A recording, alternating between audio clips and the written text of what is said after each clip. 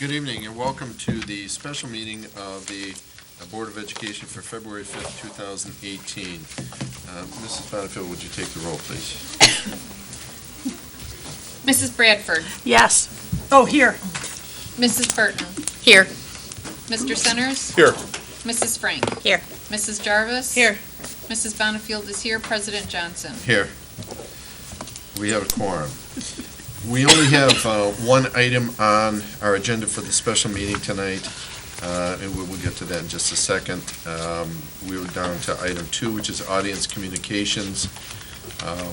I don't have any blue slips. Does anybody in our Masb audience tonight want to address the board? I don't see any, so we'll move right into item 3. Time adjustment to February 12th regular board meeting. May I have a motion, please? President Johnson. Mrs. Jarvis. Move that the Board of Education of the Livonia Public Schools School District adjust the 2017-18 regular board meeting schedule, changing the start time of the February 12th regular board meeting from 7 o'clock p.m. to 6:30 p.m. Support. We have a motion by Mrs. Jarvis, supported by Mrs. Burton. Mrs. Oquist, did you want to address this? Thank you, President Johnson. Board of Education, as you know, we discussed at our study session the request to alter the start time of the board meeting for next week. We'd like to begin the board meeting at 6:30 p.m. instead of our normal 7 o'clock start time for a regular meeting. That's in order to accommodate a committee of the whole meeting that we would like to hold immediately following the board meeting. The committee of the whole meeting will cover a wide range of items related to the summer of 2018 bond renovation and sinking fund projects.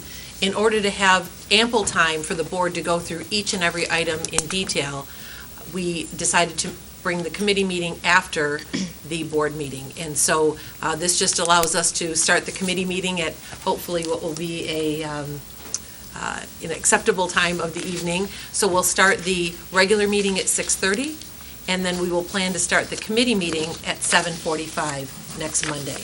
And since we voted on this at our organizational meeting in July, President Johnson, it is required by our bylaws that we formally vote on this. So we'd like to request that this be placed on next week's, we're voting on it this evening. We're voting on it this evening so that we can adjust the start time for next week. We will also advertise this both on the website and on our posting, and we'll update it under the board agenda. Very good. That was going to be my question. Any questions or comments? No. Seeing none, we have a motion by Mrs. Jarvis, supported by Mrs. Burton, to adjust the time for our February 12th regular board meeting. Mrs. Bonnefield, would you take the roll, please? Mrs. Jarvis. Yes. Mrs. Burton. Yes. Mrs. Bradford. Yes. Mr. Centers. Yes. Mrs. Frank. Yes. Mrs. Bonnefield says yes. President Johnson. Yes. Motion passes. That was the only item on our agenda for the special meeting. Is there any other business to be brought for the special meeting? Seeing none, we will adjourn, and we will be back in just a few minutes. Thank you.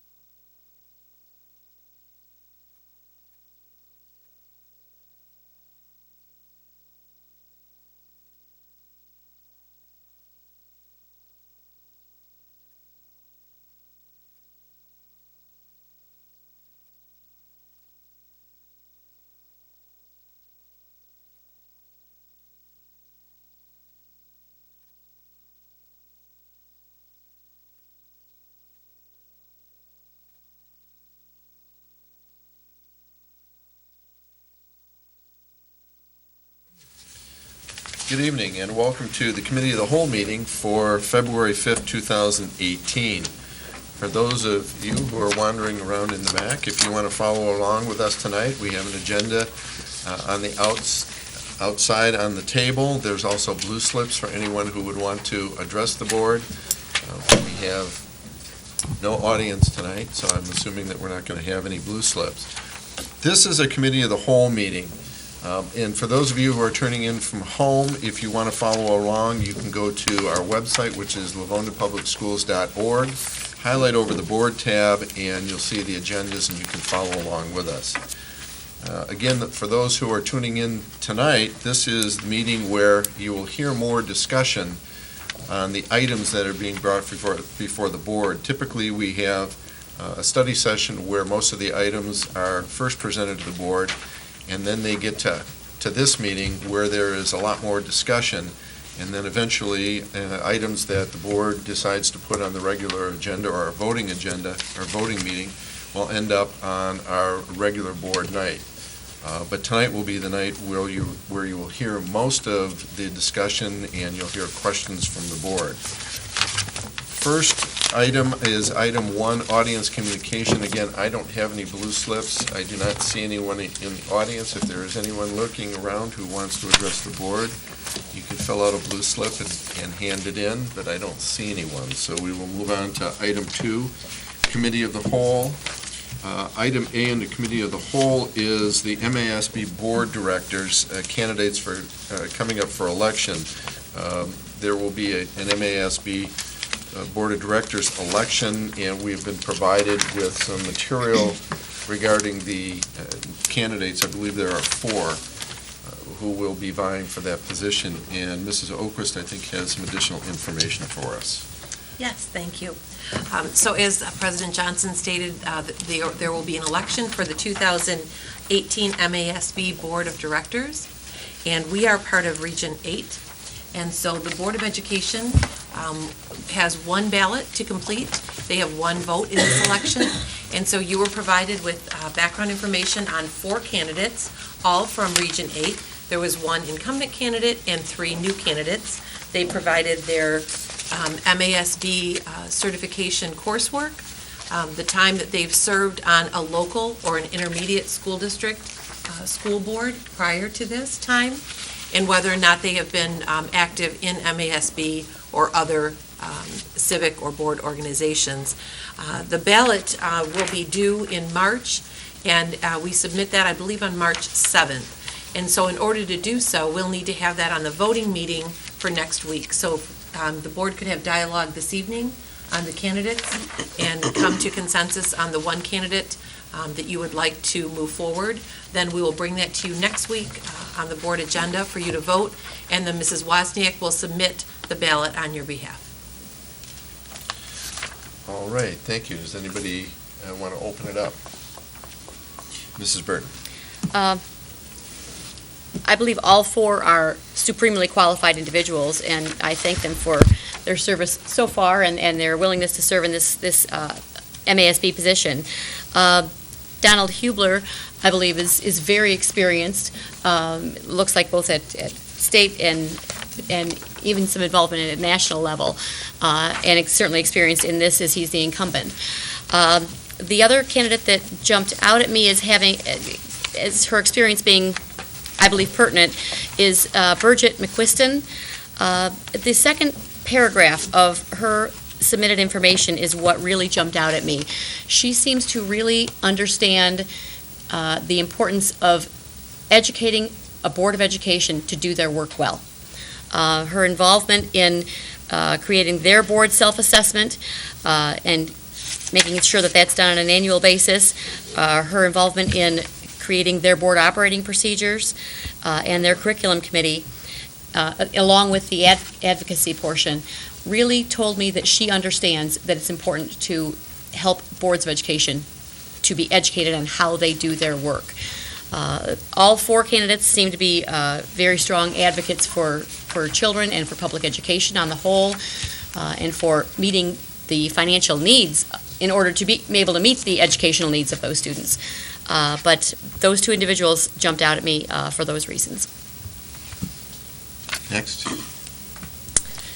Yes, Mrs. Bradford. Thank you, President Johnson. Mrs. Burton, interestingly, I had the same types of thoughts that you had. I thought Donald Hubler, I guess that's how you pronounce it, really had a lot of prior experience, and I did also highlight Birgit McQuiston. It seemed like she had a lot, she doesn't have as much maybe experience as never serving on the MASB, but I think she would offer a lot to sit on a committee. So I could go with either Donald or Birgit McQuiston. Those are my two ones. I guess if you want to decide on, do you want to keep with someone who's been in the position and has experience, or do you want to maybe take a look at somebody else who wants to put in some time and effort in that spot? I know it's a hard spot to sit on, so, and takes a lot of time. So either one of those I would agree with also. Anyone else? Mrs. Jarvis. Thank you. I agree with my colleagues. Those are the two that jumped out at me, and like Mrs. Burton says, there's something interesting about Birgit McQuiston's, where she seems to have her eye more on the future and about growing school boards and reinventing that role. And she seems more, to my mind, better promoting public education. And maybe it's time to look at a fresh face. I agree. Anyone else? I'd be willing to support either two of the candidates that have been discussed. I think both seem very strong. It's very difficult to tell from the write-ups, but I'm willing to go with, if there's a leaning toward either one of the two, I'm willing to go along with it, because I think both would probably do an excellent job, from what I can tell. Thank you. I agree with my colleagues, and I also think that Birgit is somebody who is somebody who's looking towards the future, and I also think her innovative ideas of being a leader really come out in what she wrote. I think I'm hoping that it's her leadership style and not just her writing ability, but I do think that from her leadership, she brought blessings in a backpack to Lake Orion, and she cites different, even 50% of Michigan's children live in poverty, and I think that that's an important factor to know, and I think that she embraces, or she encapsulates a lot of areas that we need to address as a school board. So that would be, between the two, that would be my vote, but I'm happy to go with either one. Mrs. Bonnefield? Not to reiterate, but I would lean more to Mrs. McQuiston.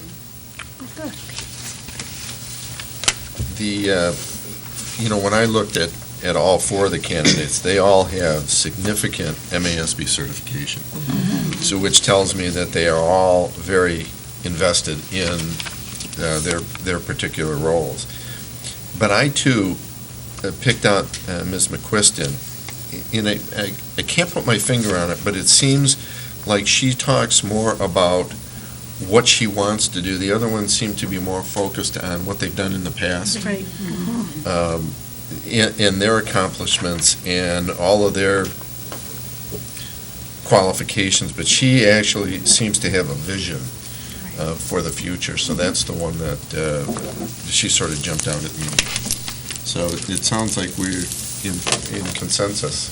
Yeah. Sounds like Mrs. McQuiston would be our choice.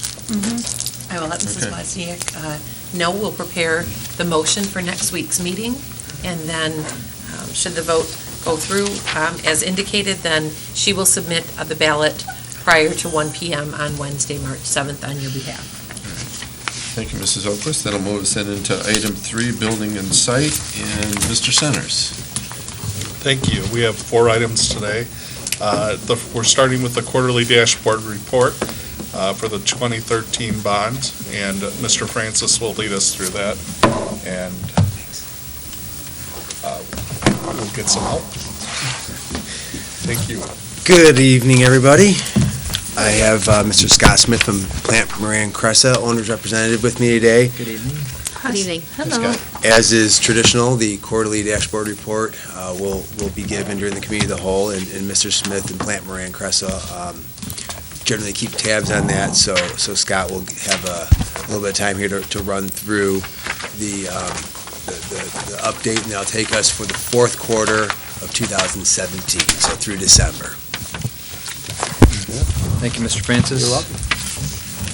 Yes, so this is, again, a quarterly report. We do it every 3 months or thereabouts, but it's an accounting of the past 3 months. And as Mr. Francis stated, this takes us through December 31st, 2017, at least in terms of the cash flow finances. That's part of our reconciliation procedure here with the district.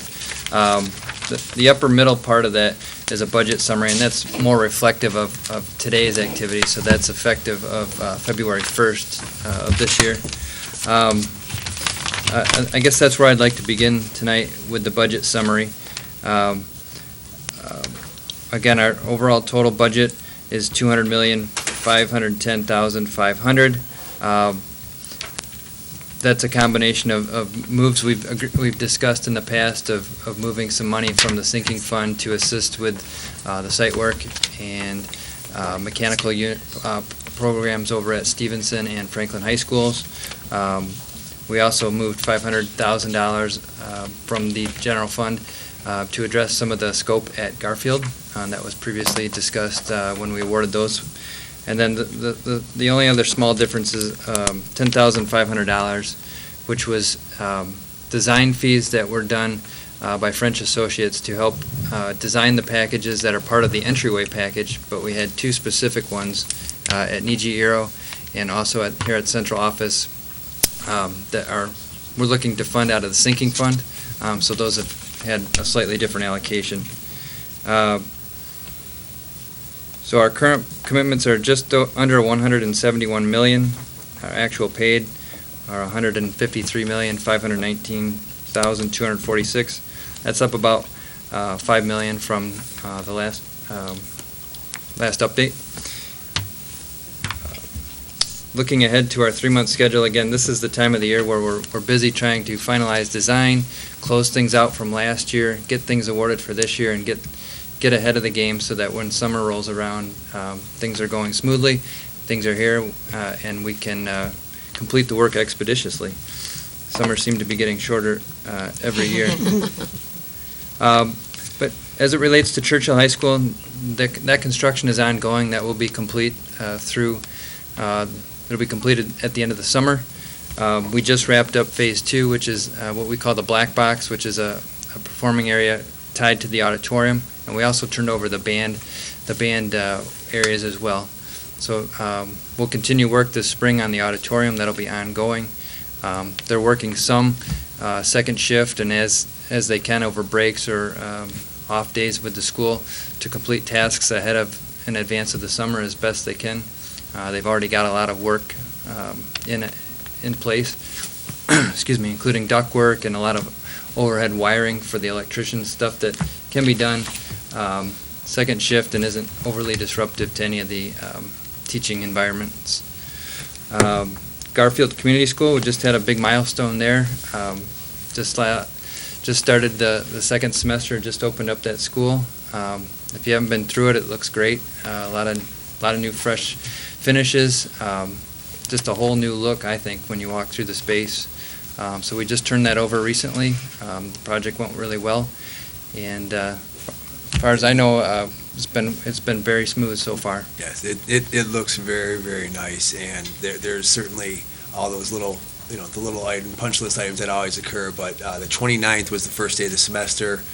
Several cabinet members were out there seeing how it was going in the morning, and the principal, Mr. Pat Meese, was out helping the bus traffic in the front, and there were staff in the back with the bus traffic there, because again, there are buses coming from several surrounding districts with students for that county program, and it's a new place for drivers to show up. So there's actually quite a smooth process with regard to busing that morning. Students were just thrilled. I mean, there teachers and students both had many positive things to say.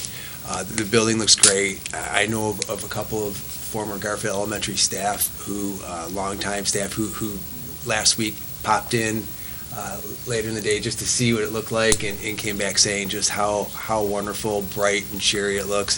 If you have a chance, stop by, talk to me. I'll walk through it with you. It's really great. So now we're just in the punch list closeout phase, working through all the smaller, finer points of dotting our i's and crossing our t's, getting all the change orders closed out, and moving that project towards completion. Dan, can I ask a question? Yes. Do we have a timeline for punch lists? Like on these projects, is there a timeline to get the punch lists completed or not necessarily? Like do the contractors say we will get all these little things completed by this date, or is it kind of not an ending date? No, it definitely needs to have an end date. Usually they don't tell us when we ourselves and the George Hawk Company will provide that information. If left to their own devices, these things can, they're not front of mind a lot of times, and it takes a lot of diligent, repetitive effort to get them completed and done. And, everybody wants their check, so there is a fair amount of leverage involved too in terms of getting it complete. But mostly people want to get it done because they don't want to come back for a little thing here or there. It really isn't financially sound for the companies to devote resources to come back and, touch up a small area here and there. They'd much rather be on a job where they got a large crew and they're continuously attacking it and completing a great deal of work. So that's our task, to stay after it, make sure that it doesn't drag, get things closed out as Would you say expeditiously. generally 2 to 3 months? Yeah, I would say for the punch list, the financial piece tends to take a little longer because there's always some small changes that occur in the end, and then just the overall process of turning a change into a change order that is ultimately billed for and then ultimately paid for it takes a long time, because even once the change has been done, it's been completed, it's been turned into a change order, it's been signed, it still has to make its way into a billing, and then there's a turnaround in terms of paying it, which is approximately 1 month later. Okay. So that tends to take a little longer than the punch list of completing the activity in the field itself. Thank you. Great. Mrs. Burnham? Along that line, do we have a retention that we hold until all items are completed? Typically, it's 10% until the project is halfway completed, and then by contract, it's reduced to it is able to be reduced to 5%. And then as the number of items that are open are completed, that number tends to work itself down until ultimately it's completed. Okay, thank you. And that's traditional within the construction world, is a 10% retention, and then a reduction at 50% complete. Although in practice, many contractors do not reduce retention until the very end. Okay. The exceptions tend to be like guys that, like foundation contractors that complete their work very early in the construction schedule and then are left waiting for everybody else, like the painter and the marker board contractors and such, to finish up. Okay, thank you. We're also, just last week, took bids for our summer 2018 work, and we're busy summarizing that information, going through the post-bid process, and as we stated earlier, we'll be coming to you next week with recommendations for as much of that as we can. I don't know that it will be 100% of the projects, but certainly it's going to be those critical subcontractors that we want to hopefully get on board and get them rolling. They have long lead items and other coordination items to consider. So that will be our focus. We'll also be rebidding 2 categories for that, masonry and carpentry. We didn't get the participation that we had hoped and anticipated for those categories, so we didn't open any of those bids and are going back out on the streets to rebid those. So those will probably be in the March recommendation, along with anything else that is less critical and not as time sensitive. Mr. Centers? Yes. Where do we advertise those? The state has a new website effective this year that we've been Sigma. Sigma that we've been navigating through. That's kind of taken a little bit of patience and hard work to get up, but I believe It's up and going. We've been using that, so we post on that state site, which is a requirement. We post on our website, and we put it in the Observer. But truly, to the point of how do you drum a business, that really is something that the construction man, that the George Ock Company, they will beat the bushes, so to speak, and they contact all of their contacts and say, you know, this project's coming out, it's going to hit the streets on such and such a date, you know, really like to see you put a bid on it, et cetera, et cetera, et cetera. So the general advertising is done, and then the real work begins with trying to make sure that local contractors that have often done business either with LPS or other Metro Detroit schools doing this type of work, that try to get them to get a bid in. So that's kind of all the work that goes into it. Do you know if our bid requests show up on either CAM, the Construction Association of Michigan, or Builders Exchange? I don't know in specific context, but the George Ock Company generally will present that at a plan holder's room, such as CAM or Reed Construction Services. We could check with them to find out, if you'd like, where exactly they did post those things. Okay. I mean, I don't need specifics, I'm just curious as to how widespread our net goes in gathering bidders. Generally, with the market the way it is, there's nothing better than picking up the phone and making the phone calls and really being diligent about that. Things change daily, weekly with a lot of these contractors, as there's other work out there that they either bid on and didn't get or bid on and did get, and it changes their whole philosophy for the year.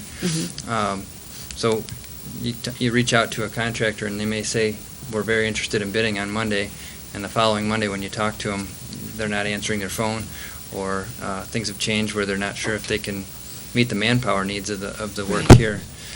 So that's by far the best and tried and true way to make sure you know who's going to be bidding the work, is to make the phone calls and put in the effort. Okay. You said we had low coverage on masonry, and was it carpentry? Carpentry. When you say low, do you remember how many? We received one bid for carpentry, and masonry received 2, but of the 2, only one was for all of the different projects. The other company was only bidding on one of the schools. Okay. So effectively, we deem that as really one. Yeah. And there was no reason to open those bids based on that coverage. We think by rebidding it and reaching out to those trades, we'll come in with more coverage this time. Sometimes it's a crush of the timing where they can only get so many bids out, and there happens to be other jobs that are coming due at the same time. So the idea being, put it out for another couple weeks, make contacts again, and then perhaps we'll get more bids based upon both the personal contacts as well as the flat-out timing, like was mentioned. Right. Thank you. So it's really a team effort. We've reached out to folks. George Ock is first and foremost the ones reaching out to people, but general awareness, it is posted publicly, but again, there's a great magnitude of work out there, and so the personalized touch really is what makes it work. Yeah, the good news is lots of districts doing this type of work, which is great, but it looks a little different than it did 4 years ago, doesn't it? As we take a look at some of the bid coverage in some of the areas. Some are still very strong, and I'm sure you'll see that not only tonight, but next week when we go through our committee of the whole and we go through each bid packet with you. But we certainly see some of that crunch in some of those areas in comparison to where we were 4 years ago when we started. Good news is we did get good coverage generally in areas of where the dollar values are higher. So that we did get good pricing and we did get good coverage. But we'll present more on that next week. Tonight, we're in the bid and award section for our abatement security commissioning projects, which we'll present here shortly after this. We're also currently out for bid for our move management project associated with these 4 schools. We have a walkthrough this week, and bids will be due next week, and we'll have that for the March recommendation. Relative to the sinking fund, previously we've taken to the board the recommendations for Roosevelt, Franklin, and Stevenson, so we're kind of in the, if you will, call it the material procurement phase, which for paving work is not the same as for the summer bond work, but we're kind of, the contract's been executed, and we're getting through all the pre-contract type stuff, administrative pieces. We're putting together the final touches on the Cooper, Buchanan, Randolph projects, and also looking at grant further, so we're still in design, going out for bids and awards for those as well. We expect to have some of those in March and some of those in probably grant in April. Also new this year, the athletic fields projects over at Churchill High School. We're finalizing some details right now. We expect to be going out for bids next week for Churchill. And then we're also looking at ways to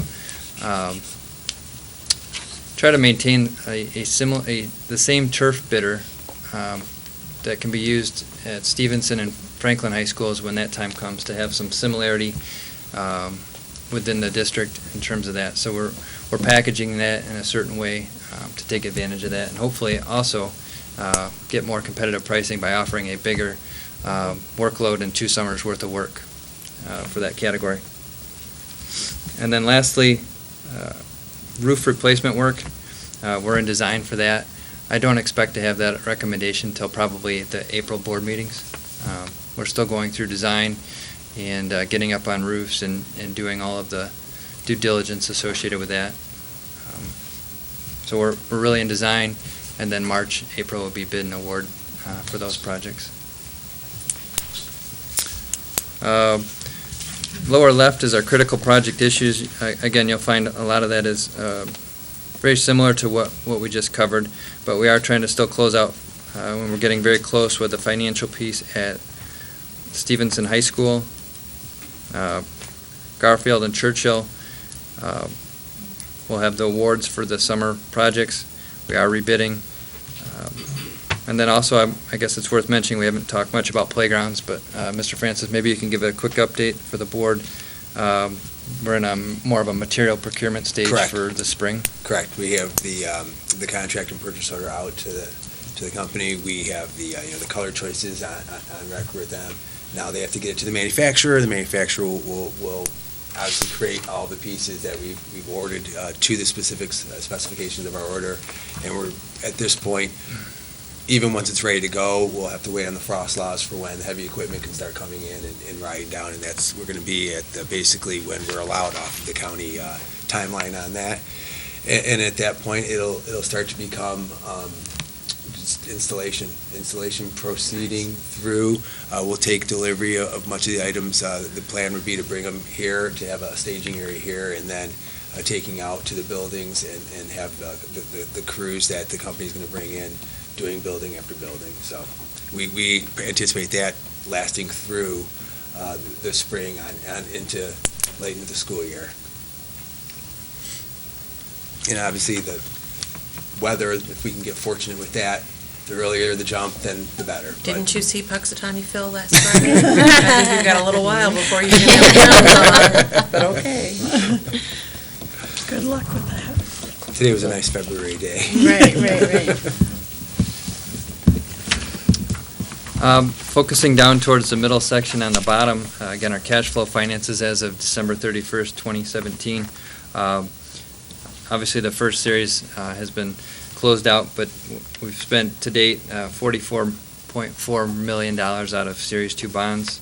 That's up about $9 million from September 30th. A lot of that was closing out big bills from Stevenson, large bills from the summer work at Churchill High School, as well as Garfield, and some other things. The phasing schedule really hasn't changed. We're really kind of in the last big year of the bond in terms of our buildings. I'm sure there'll be some other things to consider in the future, but this is really year 5, and this is another big summer, but we're getting there. Time flies when you're building. Are there any other questions or comments relative to the dashboard report? Mrs. Burton. Just overall, when you mentioned that we're coming into year 5, it goes by so quickly, but I cannot say enough good things about working with Plant Moran Cressa. And I've heard it consistently from many of our folks in LPS. But if any other school district is looking to do substantial work, such as we've taken on with this bond, you have given such fabulous leadership to our district. I know from speaking as a board member, my expertise is more in education and school boards and so forth, and certainly not in building. But it's been absolutely fabulous dealing with the professionalism that Plant Moran Cressa has offered, so thank you very much.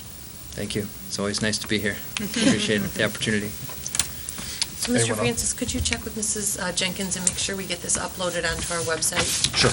So as you know, we put the quarterly dashboard report up for our community to see, and we also have pictures from each phasing of the bond that we keep updated on there as well. Is that under the board tab? It's underneath, no, I think there's a separate tab for that, yeah. Item B is abatement projects.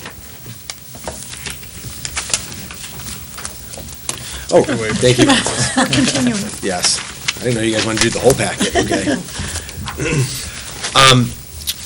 The abatement on, we are on B, right? Yep. The abatement projects for this summer were bid out, and this is the abatement for the summer bond projects with Webster, with Career Center, and Jackson. And we really didn't have Buchanan put in there because of the amount of work occurring at Buchanan. If something happens to be found, we can go back in with the contract that we have and the contingencies that we have. But the anticipation is that we would not have any, or if so, very, very light amount of abatement needs over at Buchanan for the summer. If you want to take a look through B2 in your packet, we have the abatement cost at Webster, budgeted originally at $300,000, and actual came in at $147,125. I will say that even though the numbers overall on abatement seems like a total big number, the anticipated budgets and the anticipated amounts we thought were going to be higher than as it came in. Specifically, Webster and Jackson have abatement needs that were anticipated. In Webster, we anticipated, as you can see, twice as high as it came in, which is a very good thing. You can see that Jackson had an original budget of $350,000 and came in at $315,180, so $34,820 to the good on that budget. And LCTC, we knew would be a smaller amount of abatement needed. We had budgeted at $10,000, came in with an actual of $3,755, so a little more than $6,000 to the good. So a total abatement cost of $466,060. The next center box there, you can see the contingencies. We had in the past been carrying a 20% contingency on abatement.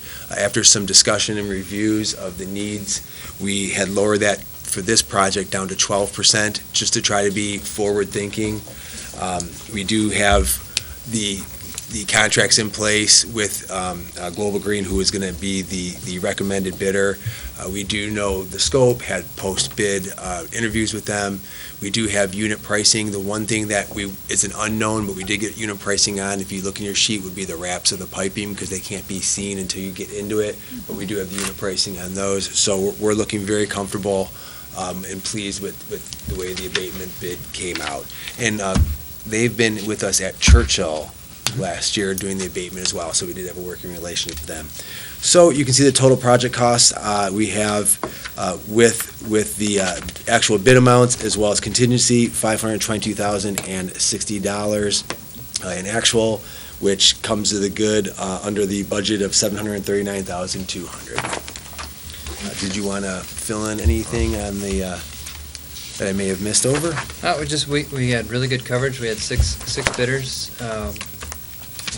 I'll draw your attention to the tab B4, which is at the very back of this section. That would be the bid tab for this. Global Green was actually the second low bidder. The first bidder did not have a complete bid from Abatement Demolition Services. They did not submit all of the required forms. Furthermore, in talking further with Arch Environmental, who's the environmental consultant for the district, they had expressed that there may be some concerns with that company as well, given the scope of work here and the fact that they are a newer company, that they don't have as much working relationship with and experience with. But Global Green is someone that has been working here. In fact, they've done the last couple jobs. So they actually did Stevenson as well. They've been busy with Churchill. They'll be busy again there this summer with that work. We actually think that may have played into their bidding strategy a little bit, that pretty much their company resources are going to be committed to Livonia Public Schools for the first 5 weeks of summer this year, because they have a ton of work to do this summer. Manpower was specifically addressed with Livonia and Arch Environmental. They expect to have a great deal of people dedicated to these projects at each school independently, because we have probably, again, about 5 weeks of asbestos abatement work between Churchill, Webster, and Jackson. Those would be the big schools. The Career Center, again, is very small. And there's some economies for them being right across the street at Churchill with their crews. It's a smaller job right across the street at the Career Center.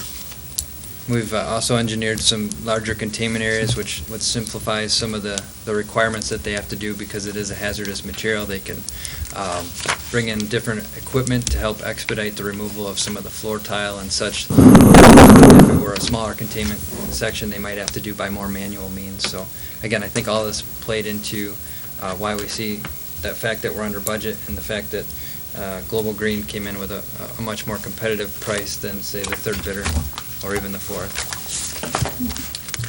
So one of the things that we had discussed, and I believe Mr. Francis already went through that, was with regard to the contingency. And as we've shared in the past, in this particular area, because of the nature of the work, we've carried a larger contingency. But especially as we get closer to the end of the bond, and we want to take a look this spring potentially at doing some planning and moving ahead based on discussions with the company and with our own folks and with Plantmer and Cressa. We're recommending the 12% contingency so that we're able to have as close as we can that dollar amount as we begin planning ahead for those final stages for next summer. So although this is one of those areas where, as Mr. Francis said, until you get in there, there are potentially some areas where we may have some additional costs that creep in. We feel that we have that covered within the contingency we're recommending. The other thing to point out with abatement is generally it's a demolition activity, so it's a question of who. And if it's not by abatement, then it's by it'll be part of the demolition contractor. So sometimes there's you take it away from one and you add it to the other. And so somebody's usually got to demo. It's got to come out regardless. A matter of who sometimes. Mr. Johnson. Thank you, Mr. Saunders. Scott, I note anyone who looks at the bid tabulation may see that there was a bid that was lower than Global Green, but they weren't qualified. Is that right? They did not submit all the required documentation, correct? Okay. And that is also the company that Mr. Smith was discussing, that we still had concerns over, even if they had all of their items in. Okay. Great. Any other questions or comments? For next week's regular meeting, please. Sounds good. All right, moving on. Item C is security contractor. Mr. Francis. Item C is to retain our current security contractor via the change order process. This is something that very similar to a year ago, that we had the same conversation in February of 17 regarding the next summer project. So we're back again needing security for our the security job. So we have Security Designs, who we have been working with in the past in the district. They're currently under contract with LPS doing bond work. We're talking about the cameras in vestibule areas, and we have a good working relationship. The bond team has been pleased with their performance, and we would like to bring to the board for recommendation to simply retain them through the change order process to the current contract that the board has with the company. And the amount of, if you flip over to C2, you can see that we have $65,020 as an actual for Jackson, Buchanan, Webster, with a $13,000 contingency. So again, we're talking about the access controls and the security cameras for a total project cost of $78,020 being recommended to the board. So these are all those items related to the secure vestibule, the phone system, the camera, the swipe card, et cetera. Mrs. Burton. But this is a change order from, they're doing this work with other schools. None of us have obviously the other schools' costs in front of us, but how does this bid compare to the previous few years? Actually, that's part of the due diligence we do, is we look at it, and they've kept the same pricing for the material, with some increases in labor, of course, which is expected year to year. But that's something we've looked at. They've been very straightforward with all of that. There's detail behind all of this, of course, but they've kept the same material pricing as the last couple of years. We did see an increase in labor slightly again, which is expected, and something we're seeing in all markets, which is, in our opinion, is reasonable and justified. And then at that point, it's based on what the needs of the scope are. Each building has a different layout, so it requires maybe a different quantity of motion sensors for the security piece. Depending on how it's laid out, it might have more exterior doors in the corridor, so each one gets a door contact to monitor it. So it's a function of the geometry of the school itself a lot of times. As well as even, just a quick example, Webster has a unique program, and the number of exterior card readers as well as ADA requirements at exterior doors was more than a traditional elementary school. And you go to something like the Career Center, they have, generally speaking, a single door that students come in and out of. They don't have very many exterior doors. They don't go out for recess or for lunch or anything like that, so they don't need several exterior doors. So some of it, equipment-wise, is related to the building, as Mr. Smith is saying. If you check C3 and C4, they do have a letter from Security Design. They do mention they've maintained their equipment pricing from 2014, and equipment, materials, and labor is included in the job. So that's another aspect of the recommendation. Great, thank you. I think just as another point of clarification for everyone, this is not surveillance cameras in the district. That's something that's part of the IT portion of the bond. When we refer to security, it's really motion. It's an alarm system for the building with motion sensors, door contacts, which monitor when the alarm's set, if that door's propped open or not. The intercom is, as Ms. Oquist said, the A-phone system, so that's the buzzer with the little camera on it as you step inside the secure vestibules. It's the receivers that each of the secretary receptionists have that also shows an image of who's outside. It's a little bit more expensive at Jackson this year because we decided to add one on the door that all of the parents pick up at on the very east much side of the school. two main doors, if you will, if you're familiar with Jackson. Yeah. The one on Linden's a main door, but then that One on the side eastern side is I think very the much a lot main is what door. gets used. Yep, because of the different programs they have in there with the ECP versus the daycare. And again, these are new systems here. In the past, we've tried to salvage them and reuse them. The more we go through this, the more we find that it's probably appropriate to just replace them at this point. It's another year; they're another year older. In the case of Jackson, they didn't have those. They didn't have the camera functionality. They had that be more of a closed circuit. So it's definitely appropriate, we feel, to just put in new systems for those schools this year. And then the access control is, again, that's your card swipes. Those are your card access readers that go on various doors. And we worked with the different administrators and principals within the building to determine where those were desired within reason and recommend them for that. Probably why you'll see it's more at Buchanan, it's, some of that are doors that we're not touching through the bond, so the security company has more to do there, because if it was a door we were replacing as part of the construction work, then some of that hardware is inherent within that door itself and is part of the construction cost. Whereas if it's a door that's existing, we're asking the security vendor to bridge the gap, so to speak, and provide the electric strikes and wiring and such. Mrs. Frank? So, on the security cameras that are showing who's at the front door, like at a Cass, where you couldn't see the front door, you would need that security camera. At a Webster, the receptionist is right inside the door, so you have a line of sight. Are we still providing cameras? Like, is that a blanket thing that we provide, or is that kind of a cost measure that we're only using the cameras if we need it? Because you can see right outside, or everybody gets the camera? Do you know what I'm saying, for the receptionist? I think they're two separate things. So the security cameras, again, would be more of an IT. Not She the says the security A camera. phone. She means She the means the A A-phone. phone. So the A-phone system really works by when you push the button, that's when it's displaying the image, and it's really it's displaying the image within the vestibule. It's not a traditional camera that's doing a full scan of the exterior of the building or anything like that. This is simply for who's ever in the office to say who's at the door. Right. and If should I let them they have in? a very direct line, we sometimes don't. For example, Churchill, they're sitting, looking right at Right, them. right. They have a camera because they also control a door in the back by the pool, so that they don't have eyes on. So Yeah. the phone camera that they have is set when it's buzzed to the back for, say, a delivery.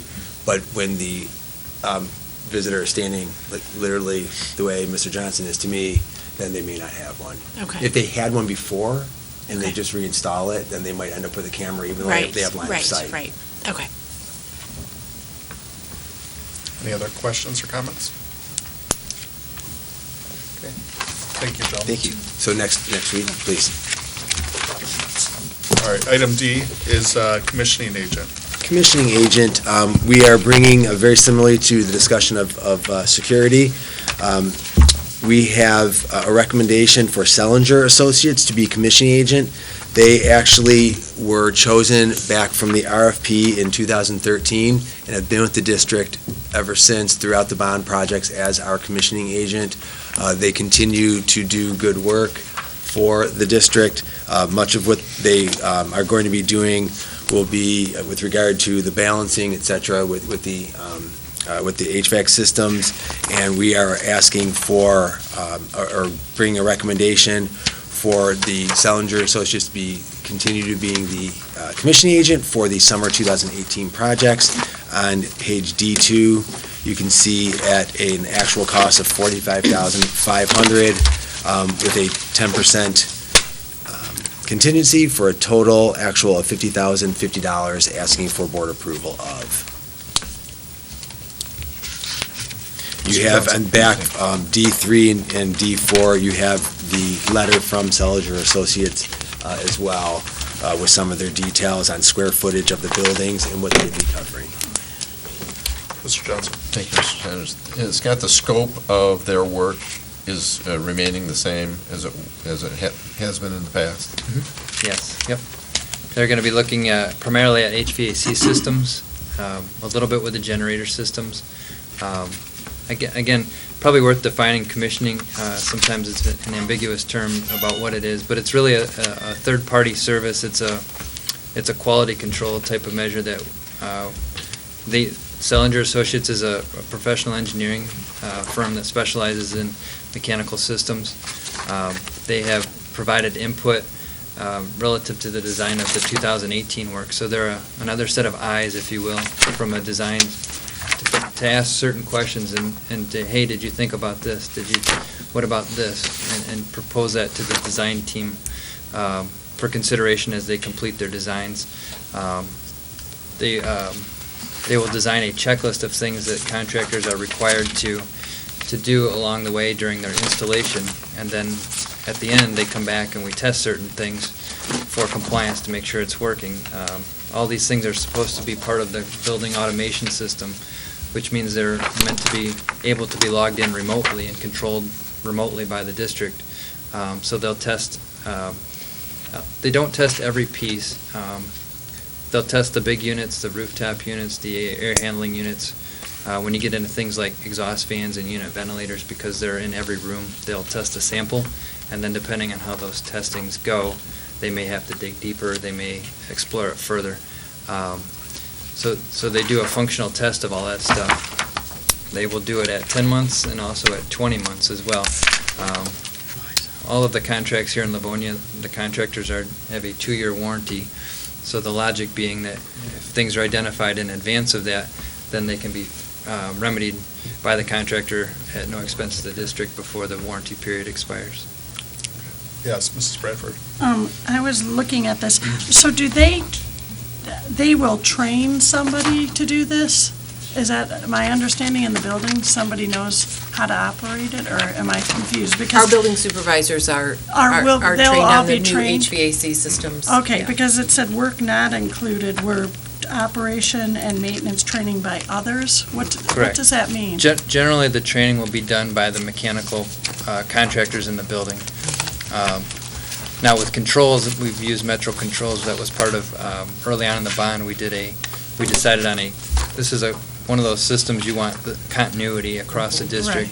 Right. So we settled on using Metro Controls and did a pre-purchase, pre-pricing agreement with them, and we've maintained them as part of, no matter who gets the mechanical job, they have to use Metro Controls for that piece. Okay. So Metro Controls will provide a lot of that training that's not Not included by included. Sellinger, but it Okay. will also be by the mechanical contractors for some of the other systems too.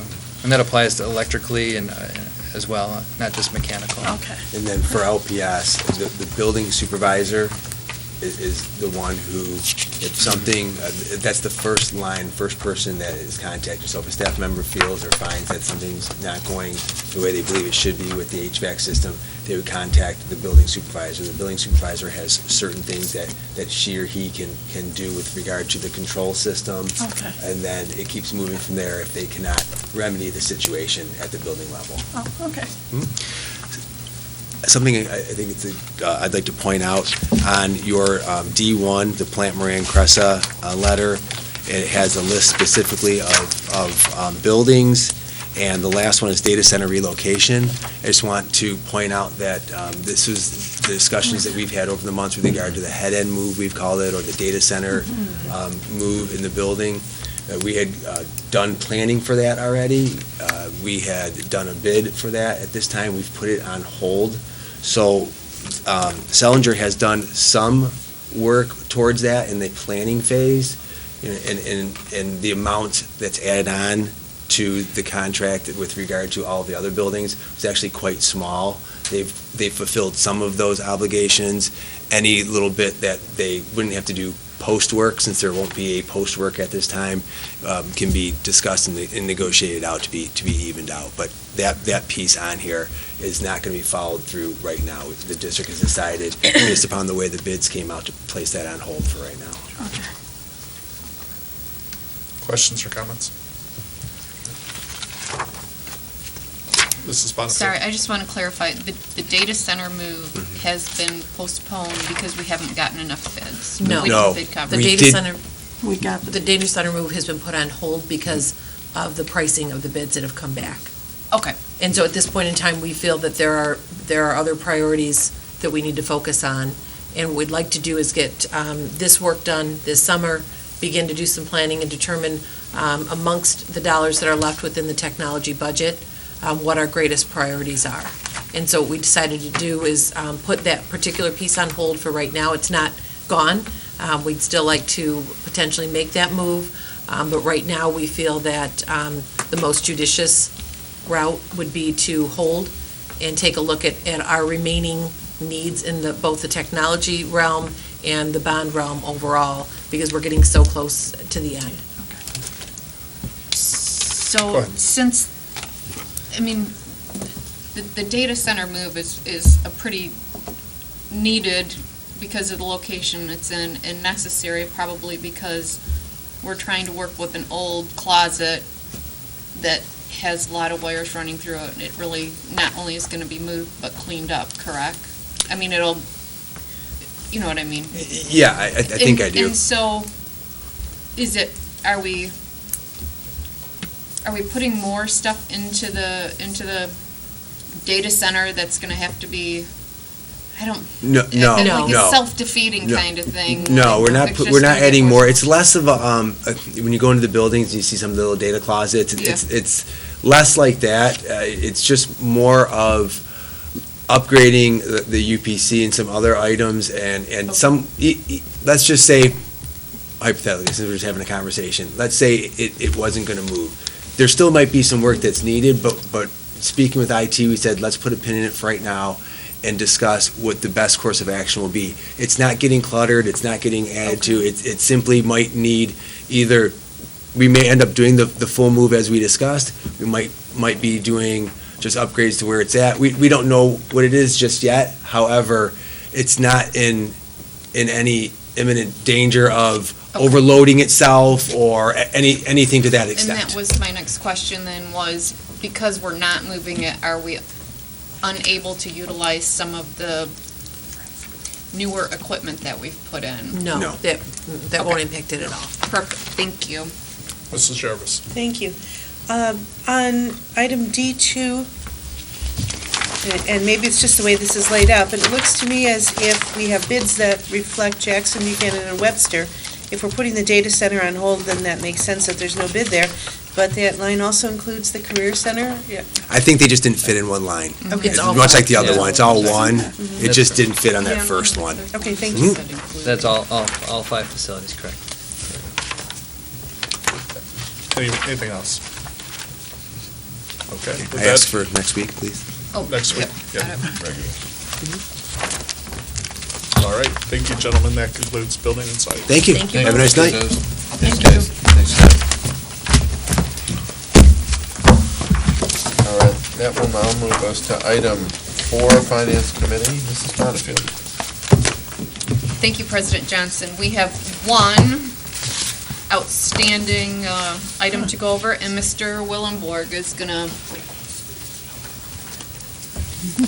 give us his presentation. Good evening, and thank you, Ms. Bonnefield.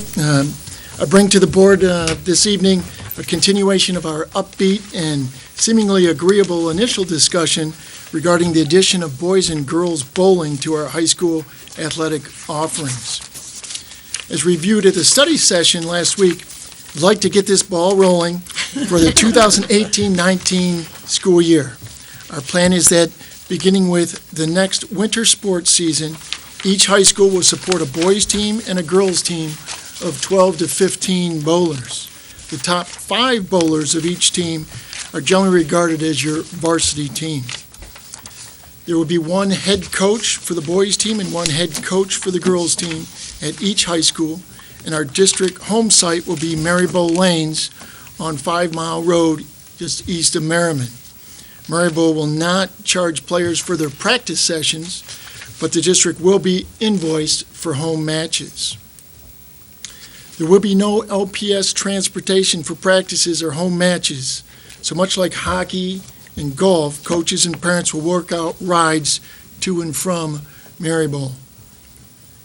Bowling participants will be charged a $25 facility fee in addition to the pay to participate fee required by the district. From the financial review I shared last week, the estimated cost to the district to add boys and girls bowling will be approximately $27,000.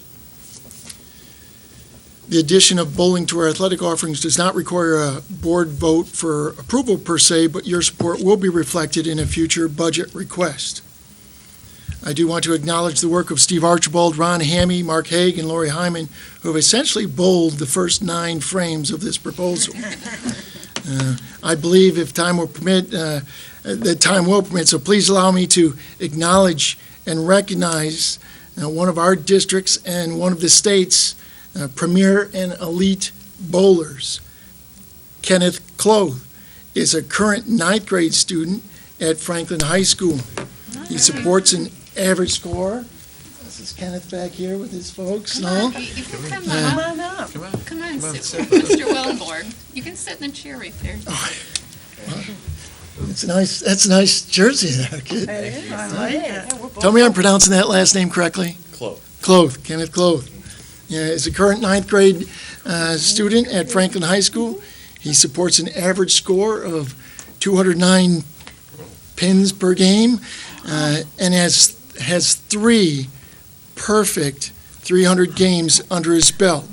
Wow. Very cool. He, of course, represents many outstanding bowlers in the Livonia Public Schools. So I'm sure he's very excited, along with his folks, for the addition of bowling in our district. I offer for the board's continued consideration the addition of bowling to our athletic offerings at the high school level. Questions you may have? Absolutely. Thanks for being here, Kate. Well, you didn't strike out tonight, Mr. Walker. That's baseball. We have no idea. So as you know, President Johnson, as we discussed with the board, beginning last year, we did the survey that Mr. Archibald had brought forth to you with regard to the 3 sports that are part of the MHSAA offerings that our district did not offer. Those sports were skiing, bowling, and lacrosse. And we received responses from both our student body, starting with our 8th grade students last year, and then moving up through our 11th graders, and also from their parents. And so we received strong support for the consideration of adding bowling. And as you know, it has been many, many years, I believe at least about 15 years since we have been able to add additional offerings. And so we are so grateful for the board's consideration of this. I am grateful for the work of our athletic administrators, Mr. Archibald and Mr. Willenberg, as we've taken a look at this, and many, many nuances involved with that. And so we're very, very pleased to be bringing this recommendation forth to you. And with your agreement, we would like to include this in this spring's budget proposal for next school year. Liz? Thank you. Sorry. Mrs. Oquist, is this another one of the opportunities we are able to offer because we have the enhanced millage that the community has supported? We do. So as you know, one of the things we've taken a look at is as part of our fiscal stewardship is to take a look at those enhancement millage dollars, as well as, again, stringent fiscal practices to be able to grow our district's fund balance and to be in a position where we can begin to look at adding programs into the district. And so that certainly is a strong component of this, yes. Thank you. Mrs. Burton? Mr. Willenberg, you went over for us the costs involved and a rough breakdown of that. Could you do so again for the benefit of the public who may not have been in attendance at last week's meeting? I sure can. I mean, not to the penny, but the types of things that comprise the $27,000 in cost, and then the offsetting pay-to-play. Right. The vast majority of the expenses are tied into coach's salary. With 6 coaches' salaries, roughly represents over 75% of the expenses, but additional expenses will be those home matches invoices, which would be approximately $10,000. There's tournament fees, there's a Michigan High School Athletic Association year-end fee, and the transportation involved. That's offset by the pay to participate fees and those facility fees of $20 per bowler. And you said the transportation is not provided for practice sessions, but that is provided for home matches? Not for home matches, but for away matches. Only, and that's one way only, as it is for our other sports? As it is, yeah, exactly. Okay. As it is for other sports, yes, ma'am. Okay. And the rationale for that, I know for those who may not have attended those types of things, is by the time our student athletes arrive at their the place of their matches when it's away, typically there are parents there who are more than happy to drive them home and save the district a significant amount of money. Yes, ma'am. Okay. Anybody else? Okay, and this is, sorry, President Johnson? Thank you, Mrs. Conica. Mr. Willenberg, you talked about the practice, and there's no cost for practice sessions. Is there any limitation on that? Not that I'm aware of. I imagine a Monday through Friday schedule will be in effect for all the schools. Okay, great. Thank you. That would be cool. Are the, Yes. teasing, are the kids gonna be able to, like, bowl at the same time? I mean, this is a really kind of in the weeds question, but I'm thinking how this is gonna be really great, because all the bowlers in the district will be able to get together and, That's how I envision it. okay. Yes, it'll be exciting. It's really nice when the kids from different schools. And when they run their matches, I mean, it'll be all the Oh, teams that's from the right. division there. So it's the varsity rollers and the JV roll. It's quite a festive occasion. I'm so happy. Does anybody else have, Mrs. Bird? Just a comment, not a question. It has been so many, many years that we have been fielding questions from parents as to why we can't do this, and budget constraints have caused it for so many years. And while we were cutting items out of our classrooms, we can't logistically or realistically be adding athletic opportunities. But it is just an absolute joy to be able to finally see the day where we are adding something that really enhances our students' lives. So thank you for your work and the work of Mr. Archibald and all of our administrative staff, and to the parents who have been appropriate, strong advocates for this addition for their students. It is wonderful to see it come to pass. There's many excited students and parents, certainly. Could we get a general consensus of the board, and if we have your comfort Sure. level with Yeah. moving forward? I think we've had a very positive sense, but just to be sure that I think it's, yes, a we're resounding yes. absolutely A resounding leading. yes. Okay. Yes. We're ready to Proceed. make notice to the Michigan High School Athletic Association of our intent to add bowling Oh, for that's next school year. Without a moment to spare. Without them. That's why she's superintendent. Thank you for your work on this. Yes, Yes, thank you. thank you. Thank you. And I'd like to Thank thank you. our guests for coming. For and- coming. Yeah, Yes. thank you. Good luck. You guys. Thank you. Thank you very much for the consideration. We really appreciate it. Absolutely excited. It's really important, especially for those children who are not involved in a contact sport, Yeah. Yes. because Till this you is drop a so ball on much your his toe. passion, Yeah. along with other students, that, and there are such good bowlers out there. It's so exciting to watch them bowl. We go every Saturday, he has a league, and every Sunday is an elite travel league. They're so, Wow. Oh, that's great. so impressive. Very nice. Maybe at a future meeting we'll be very excited. Very We're excited. looking forward to watching them. Absolutely. Yeah, Thank you. thank you. Thanks for so coming. much. Thank you so much. And that concludes finance. Thank you, Mrs. Bonnefield. That'll move us to item 5, policy, and that is Mrs. Burton. Thank you. Over the last few years, Mrs. Bonnefield and I and Mrs. Laura, who is no longer serving on our board, have done an extensive amount of work on reviewing policies through our district. A certain number of those the board on its own can take care of revising, and a good number of them needed to go through our administration. So I thank our administrative staff for being really, really diligent about plowing through many policies and making sure that they are up to date at this time. Right now, we have board policy revisions HA, HB, JGCA, and JGFF, and we will hear from Mr. Archibald on those.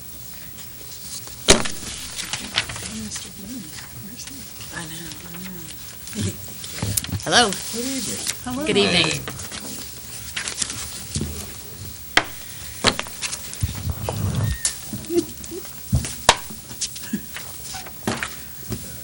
Good evening, President Johnson, members of the board. Again, I'm just here to cover board policies HA, which is professional personnel negotiations, and HB, non-professional personnel negotiations. The short history on this, these policies are currently dated June 20 of 1988, and through a little bit of research, it's our understanding that it was back at that date when the board policy manual was redone, and a large batch of policies whose contents by their title exist in collective bargaining agreements were all just grouped onto one policy as sort of a reference. So if folks were used to going to the policy manual for this particular information. This would then redirect them to the proper collective bargaining agreement. So being that in both cases, that's nearly 30 years old, it has served its purpose, but no longer necessary, and therefore we are recommending that we can delete Board Policy HA and Board Policy HB. Alrighty. Are there questions or comments? These are all going to be first readings, right? Yes. Yes. Okay. I don't see any other questions, so HA and HB are done. HB and HB are done. Wow. And as am I. Nothing Thank else? you. That was it. That's all I bring. That's fine. It's exciting. Short and sweet.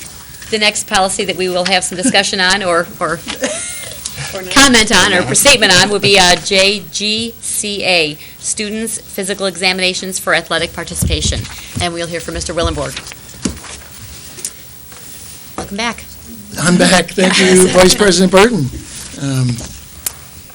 We had in-depth discussion with several knotty and complicated issues last week at our study session with regards to student physicals for athletic participation. I'll do my best this evening to clarify your concerns. The overall intent of the policy is to keep the health of our students paramount and to keep the district in proper alignment with the rules and guidelines established by the Michigan High School Athletic Association. The big picture, the overarching concept remains as is, that our students must be cleared by medical personnel that they are healthy to participate in school-sponsored athletic programs. In the updated policy, I have added the word tryouts to further explain when we would require physical examinations. Students need a physical before tryouts, practices, scrimmages, and contests.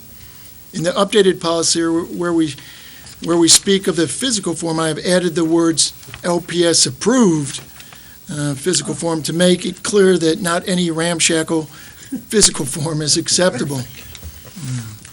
A good part of last week's discussion was focused on conditioning, open gyms, and other before-the-season sessions that may be advertised by a coach on the school website. After consultation with over a dozen schools within the KLAA and outside, and in addition to consultation with our school attorney, as well as the Michigan High School Athletic Association, which generally washes their hands and is not involved in setting summertime rules, our current procedures and expectations are in accordance with acceptable practice and legally sound expectations. Our school attorney did not see a need for a liability waiver for students involved in summer and other preseason sessions before the first official day of practice. Athletic directors and coaches hold parent meetings and meet the team nights to communicate with students and their parents. Each high school will provide information notices that share definitions and that communicates expectations. Again, the bottom line of this policy is that we place the health of our student athletes as a paramount concern, and that our policies are in accord with the Michigan High School Athletic Association. I offer for your continued consideration an updated, revised, and renamed policy JGCA, physical examinations prior to athletic participation. Your questions? Are there questions or comments from the board? Mrs. Bradford. Thank you, Mr. Willenberg, for adding athletic tryouts, because I know that was a big topic last week, because parents often that's the verbiage that they use when you ask them to fill out the form. So I appreciate you adding on tryouts. I think that will help everybody to understand. Thank you. Mrs. Bonnefield. Okay, so this is just a picky thing, I'm sorry.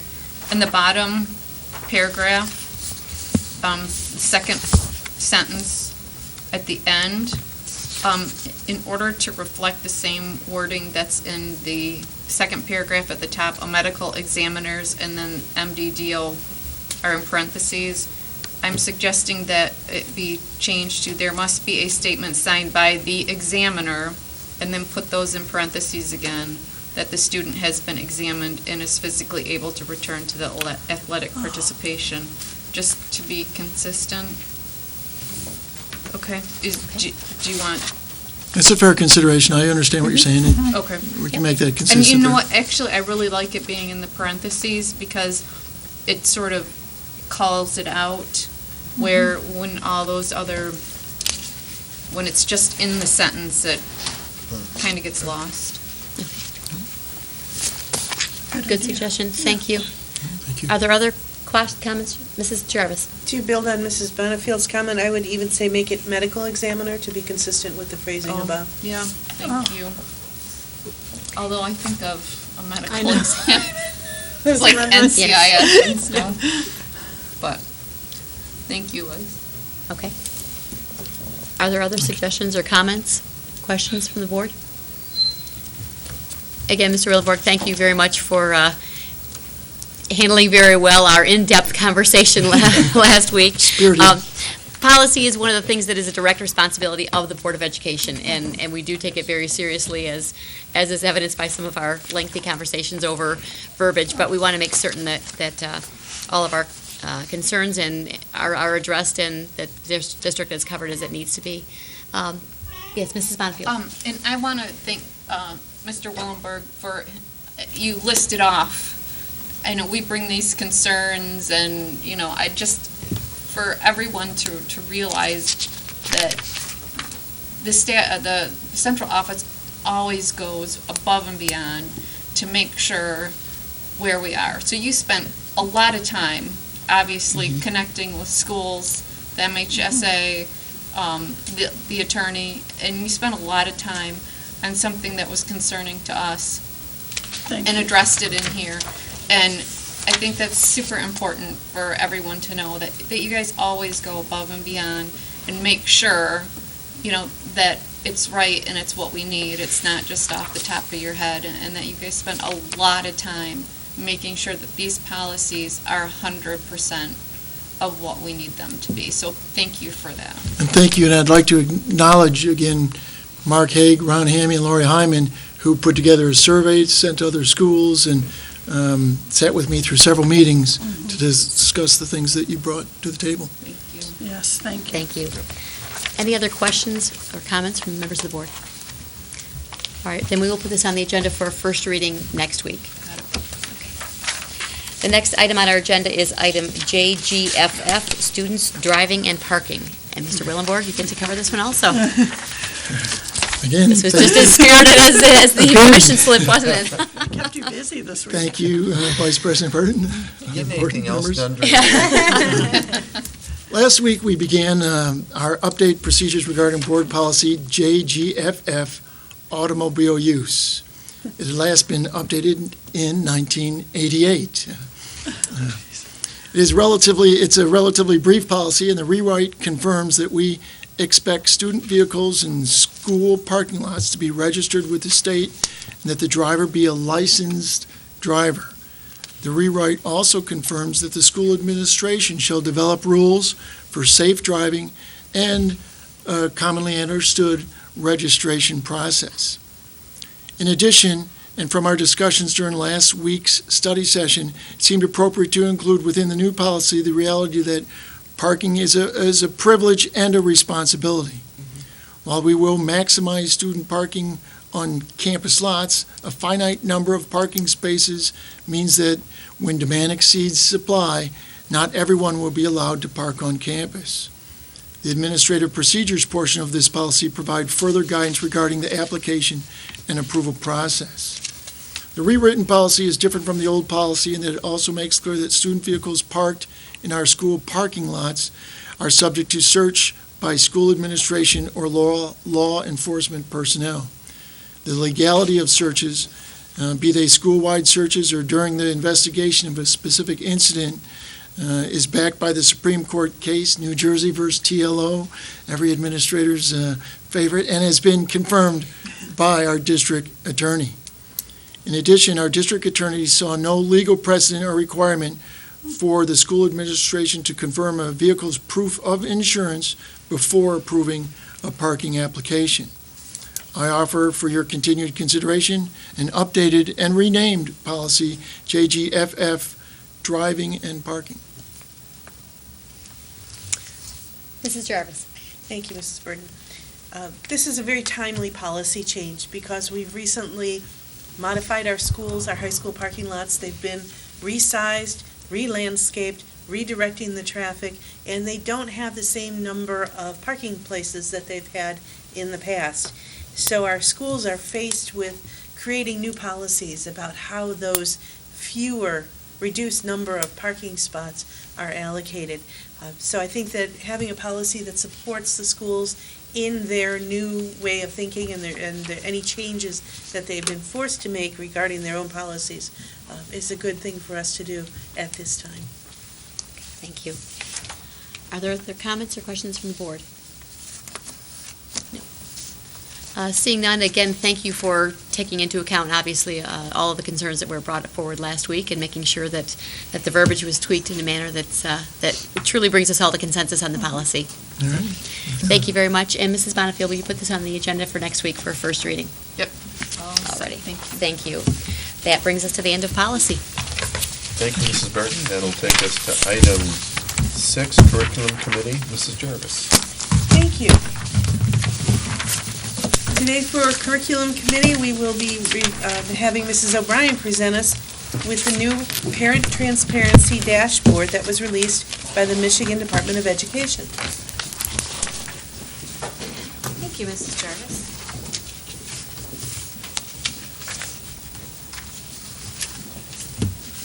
Thank you. I know in your board update, you received a copy of the parent letter that we sent out to all of our parents in the community, but I thought I would take a few minutes and just kind of walk you through some of the parts of our new Parent Transparency Dashboard and share with you some of the combined scores and what they mean. So I gave you a little bit of an overview. It gives you the pieces of information that you may get asked questions on or that you yourself might have questions about, and how the state is using our transparency dashboard. So any parent can come in and just type in their city, and the schools in their city come up. Now, it pulled up our district, but it does not report district scores. Are you okay? Yep, I'm good, thank you. Okay. So I am just going to choose alphabetically just the first school, just so it's easy. We're not just going to choose anything specific. So when a parent logs on first and comes up, it just gives you a little bit of an overview of the school. There's no real information unless they start scrolling down. And so it starts with giving our performance results on state assessments. So it's selected for all students. I can choose subgroups for the school, so all of the subgroups are there, but it's, set to go to all students. So it has a 3-year performance summary, and so for this particular school, the green bar is the school score. Something that is new is a peer average, and then the orangey, goldy, I've heard it called yellow, is the state score. So some information I want to share with you. So the green bar, the school score, that is the summary of all grades, all tests for a school. So typically, when I've shared information with you, or Superintendent Oquist has shared information with you, we have our 3rd grade math scores, our 3rd grade reading scores, our 4th grade math scores, our 4th grade. This is, for this particular K-4 elementary, an average of all of those scores, okay? So they on this front page, performance summary is all of it. The pink is considered our peer group, and so that's something new. It's an identified group of school districts, and they were chosen by 4 qualities. So their size, whether they're suburban, urban, or rural, their teacher to student ratio, and their free and reduced, number of free and reduced students. So that gives us a comparison of how this particular elementary does against similar elementaries. At this particular point in time, the state has not defined, I cannot find out who the peer schools are for any of our schools. They do say they are going to release that, but at this particular point in time, we do not know. Then the other thing that's interesting, and I don't know if it's a K4, I don't know if it's K5, because so many schools, right, are different. Yeah. So I don't know, so if it's our summary of our scores, I'm not sure where that summary of peer scores come at this particular point in time.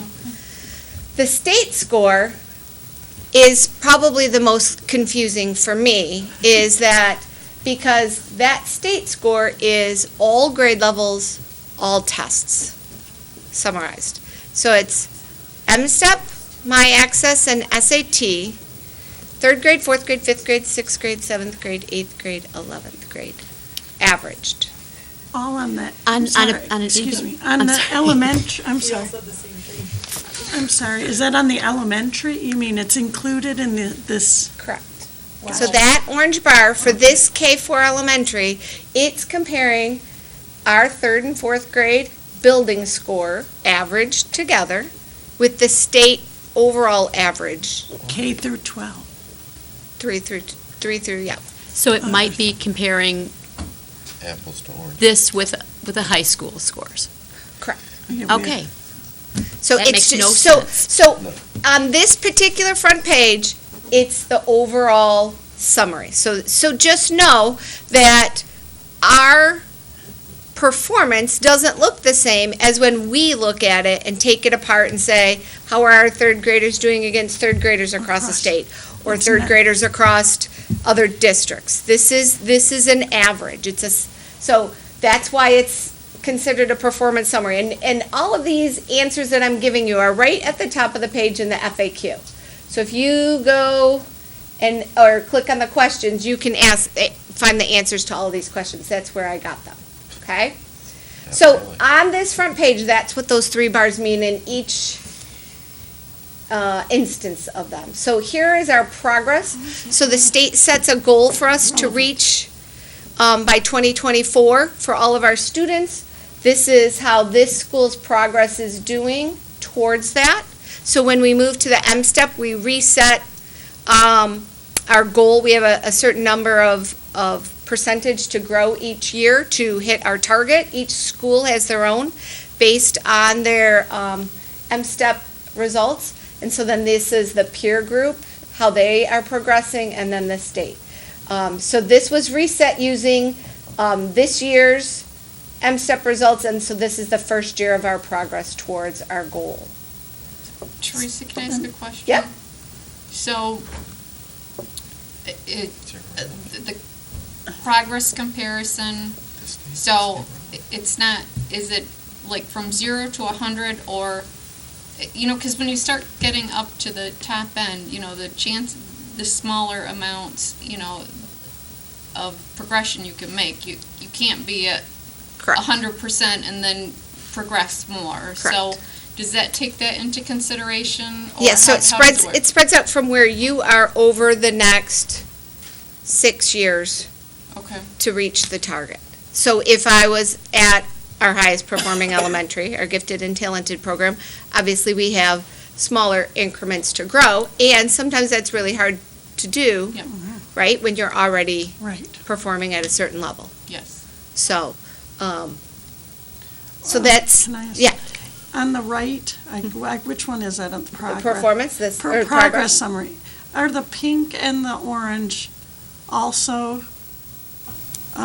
all grades? It's not just specific to the grade that you're talking about? So when I go into the FAQ, that's how they are defined at this point. I don't know what the definition of the peer group is, the No, I grade know, levels. but both performance summary and progress summary are K to 12. It's all mixed together. Well, You know what I'm the saying? peer group, I'm not sure, because I don't know who they've defined. I see what you're I saying. think the Okay. state because we have so many different configurations for schools, Mm-hmm, just went with an average. okay. Because, But both I'm sorry if you're misunderstanding me. The performance summary and the progress summary are both similar Yes. in their yes, okay, thank you. yes, their definition is the same. Okay, their definitions, okay. So then, this is an elementary school, but they also have the graduation rate. So if this was a secondary high school, it would have that. But it is reported on all schools' dashboards, plus the percentage of advanced coursework, which again, that's not a data point for elementaries. Okay. Same for post-secondary enrollment. Then on-track attendance, so keeping track every year we have to report the number of students who have missed more than 10 days of school. So every school has to report that. So that's where this information comes from. So here is that school's percentage of kids on track for attendance, their peer group, and their the state average. Mrs. McDowell? I'm sorry. The attendance, does that take into account medical situations that would cause a student to be absent for an extended period of time, or is it just straight absent is absent, whether Absent it's... more than 10 days. At Okay. least that's how we reported it as building principals. Okay. So you could only miss it once, whether you missed 10 Or 20. or 45 because you were sick, Right. like you had a medical condition. If you're over 10, I counted you once. Okay, but regardless, Yep. if you're out because a child has got a significant medical situation, they're hospitalized, which we know does happen periodically. Sure. That counts against the school's attendance. Correct. Got it, thank Yep. you.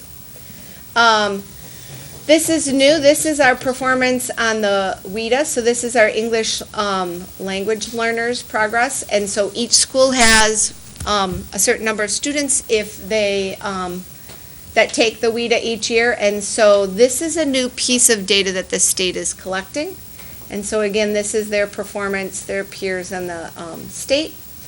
Then the percentage of students who participate in assessments at that school. So, you know, whether they were sick or their parents didn't have them take an assessment, this is that building's average assessment participation. So these are the 8 performance indicators on the front page.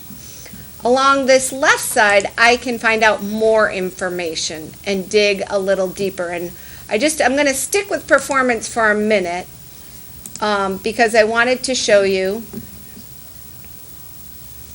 So again, this comes up, it's got all students, and this is all subjects combined. Okay, so for this K4. They switched this a little bit. I can now, my peer group can be students who are similar demographically, and the change from peer group and demographically is it exchanges students, whether they're suburban, urban, or rural, with the amount of student funding. So that if you, again, go into the FAQ, it describes that student demographic is size of the school, student-to-teacher ratio, English, economically disadvantaged, free and reduced lunch, but instead of suburban, urban, or rural, at this one, it is school funding. But I could also compare to the closest 30 geographically close schools to my school. So my school is in the middle, and they drew a circle, and that would give that information. And that includes Livonia schools. It could, depending on, yep. Would have to. So this particular piece, and I'm going to go back to demographics for a minute. So one of the things that we have found is, so our scores are above the state in every content area except for 5th grade social studies. We fell below the state. But if I were to go to this school's science, they are now below because this state average for science is 5th grade, 8th grade, 11th grade averaged. So it's not apples to apples. So again, my purpose in sharing this with you is so that you know that this data is what's being shared, and you're aware of that it's not shared in the same way that we necessarily use data to say, how are we doing in this area? How are our students at that grade level? You know, It doesn't matter. it's averaged differently than we typically average. Mrs. Jarvis. Thank you. This entire dashboard is something that was put together and mandated by the state to help meet the ESSA requirements for the National Department of Education. And as I understand it, our choice was between this or a letter grade for the school. And the letter grade, if your school has a C, that doesn't tell you anything. I appreciate the opportunity to be able to dig deeper and to see some comparisons, but I certainly hope the state will tweak this to make the comparisons actually meaningful. When we're not looking at apples to apples, the comparison, it certainly doesn't tell us much. Right. So earlier, last spring, we were talking about, when we were talking about buildings and what we were going to do with the buildings, we talked about, there were two different data sets that we talked about, and I can't tell you what those two were, but it depended on which one that you looked at, gave different data for similar questions. Is this a third data set, or does this replace one of those two data sets?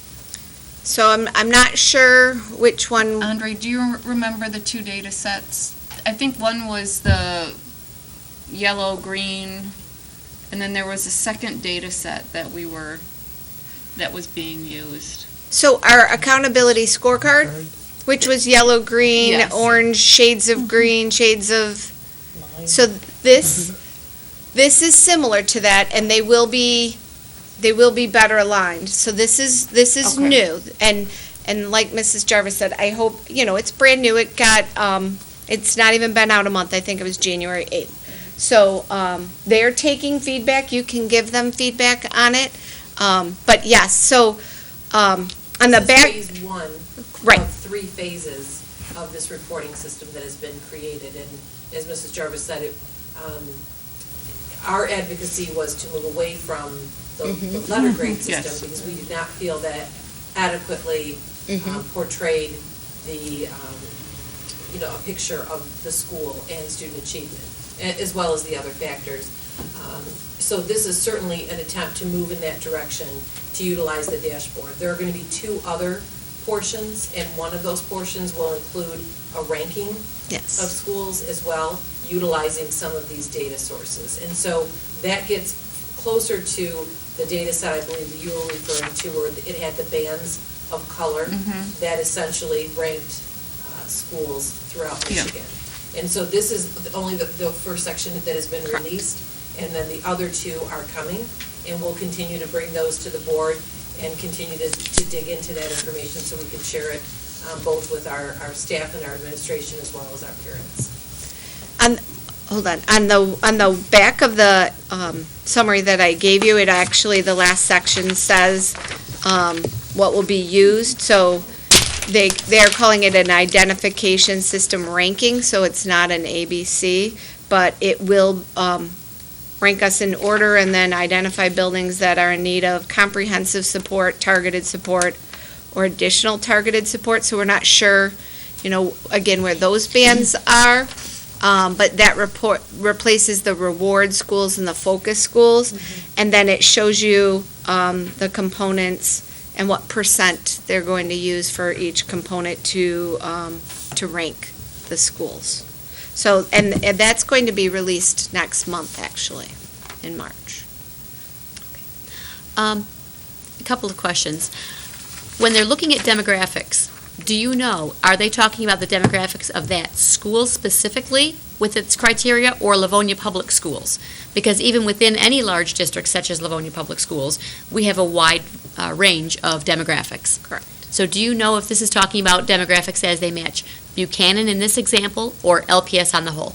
I would assume it's Buchanan because all of the data is school-based data, not district data. Okay. But They are using data we put in to the state system to make some of these determinations, things we have to report like the attendance and so on and so forth. So this particular, the peer group, I don't know what size school any of those are, but, our Buchanan's, if you looked at their overview page, it's on Buchanan. So, my assumption is that it is theirs. That's a great question. I'm not 100% sure, but I believe that is what it's based on. Okay. As you're saying they're going on with this, is there going to be an opportunity for feedback that might modify how this information is presented? For example, is there an opportunity for us to give them feedback to say that comparing a K-4 school to 11th grade test scores is not logical, and might we change that? Yes. There is an opportunity, okay. Yep. So on there's a place for you to give them feedback, right up Okay. at the top. Okay. And my last question, I'm sorry, could you slide down again? Sure. Was it? When they release what the demographic school matches are, Peers. the peer schools, do they send that to us, or is that something that's accessible on the website, or do you not know yet? I'm assuming it will come to the districts first and then open up to the public. So far, each, so for this phase and for the next phase, there'll be a window that I can log in and look at it first before it becomes public. So when we went to the last meeting, they said that they would send us our peer groups and then it would be available to the public. So I'm assuming it's the same way as other information. It'll come to the district. We'll be able to look at it. There were things that principals, like, we asked them to look and make sure it fit what their building demographics were, that their website, so we have a chance to contact them and say these mistakes are there.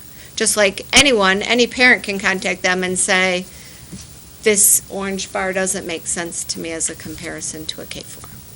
Okay. So, and will you be letting them know on behalf of Livonia Public Schools that it doesn't make sense to compare an elementary school to will. 11th grade? Yes. Thank you. You're welcome. Yes, I just want some clarification, because now I'm just a tad bit confused. The performance summary and the progress summary on that page, the green bar is all of Livonia Public Schools, or just Buchanan? Just the school. Okay.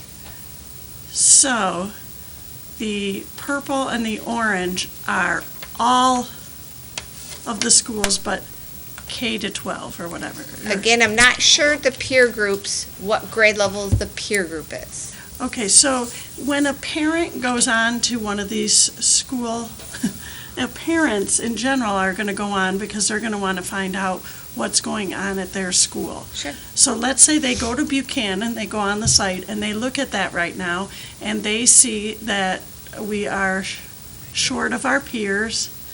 Their information is not, they're not getting the correct information at all about their building.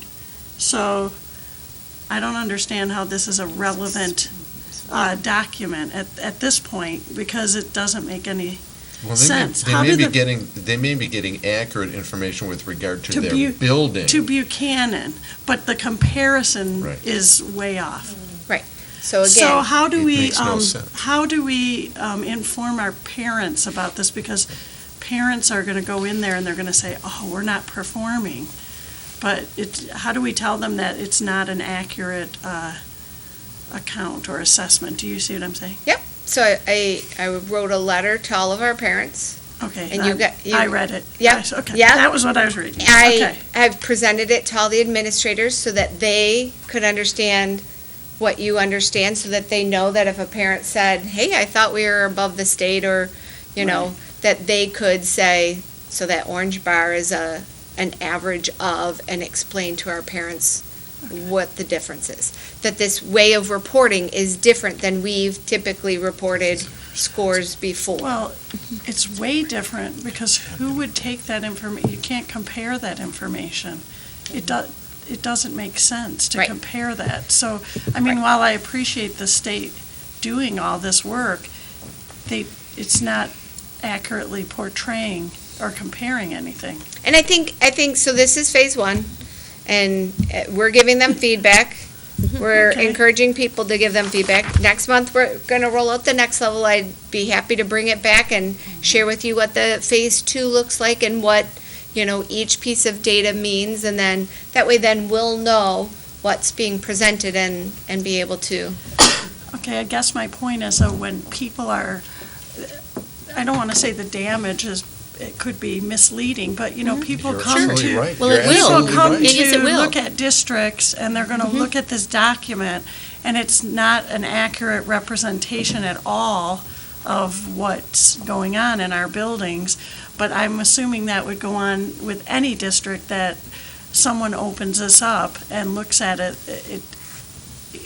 I don't know, it's Right, it's a bit disheartening, because someone who wants to move into this area might go to Hoover and look at Hoover and say, oh, well, that isn't at all what I thought the scores were going to be. I'm going not to send my children to Livonia Public. I'm going to look at other options for my child. So this could be very detrimental to our district, or Well, any and I district. think we want to look at it as, it's representing our performance. So the green bar is our performance. It's an average. It's different than we've looked at before. Okay. And the comparisons are new and average different, but it is apples to apples. Every district is being compared in that way. Okay. To a peer group and to the state average. So those comparisons are the same. They make us look at our own data different, but it is happening to everyone in the same way. I agree. I just don't see how it's not valid at all. It's grossly inaccurate, to be honest. There's a lot of things in here I find really fascinating. One of them is the 30 nearest school report, and how different that would look in a district like Livonia, where you would be comparing yourselves to schools already in your district, potentially, as opposed to, say, Clarenceville, where they don't have 30 schools in their district. And a large district and a small district are going to look totally different. My question is, in this report, and I don't know if you know the answer, are they looking only at public schools, or are we including charter schools, private schools? What kind of schools are we looking at? I think all schools in the state, but we can certainly find out.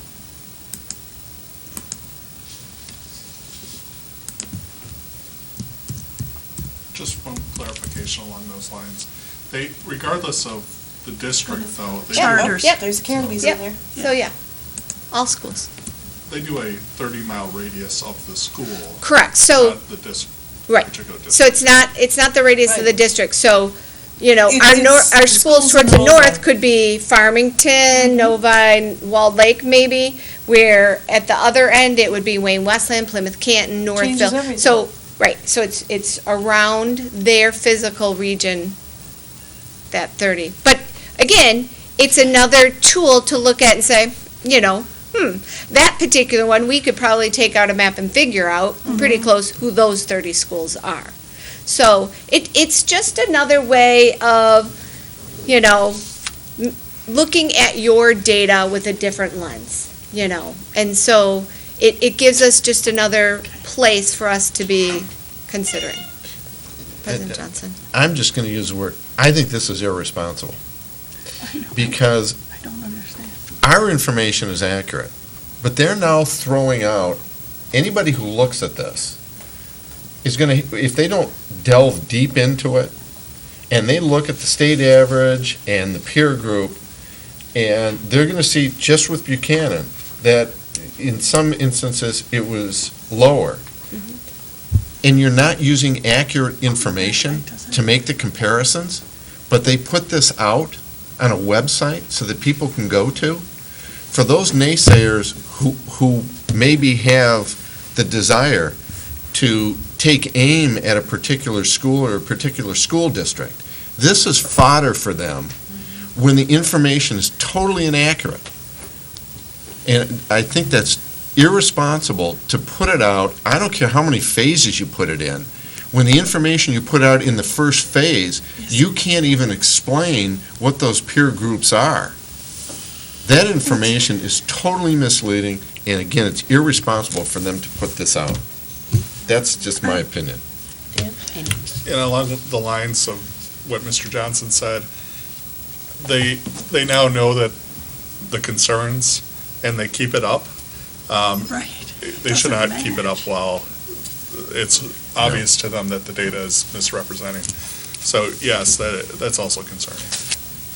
Or at a bare minimum, put out their supporting data. Let us know Right. who they're comparing us to. Right. Then a person who's living in any given school district or the population of any given elementary school or middle school, high school, whatever it may be, can take a look at the compared schools and make their determination, okay, well, that makes sense or that does not make sense. But when they're holding that information private, then we can't even assess how accurate that data does or does not look. Well, not only is they're not comparing the right grouping, I mean, if you wanted to look at the Buchanan score, fine, K to 4, you better have K to 4 peer group. Right. And K to 4. Right.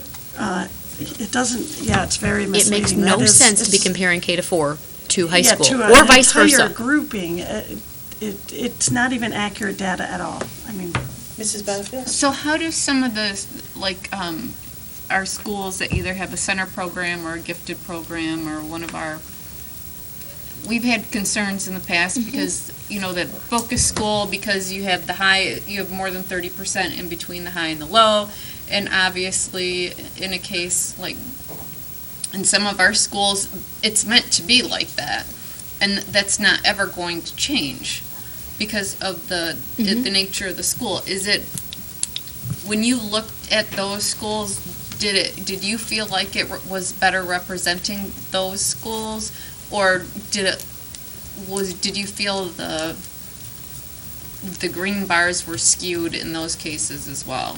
So the green bar, because it's an average for that school, so if you were to take a school that had a center program, it does average in their MSTEP and their MyAccess performance, whereas in a situation like Buchanan's where there's less, well, last year they had a center, but if you looked at it this year, they'd have, a few students who took MyAccess. So that average probably gives you a little bit better picture than that wide gap between students.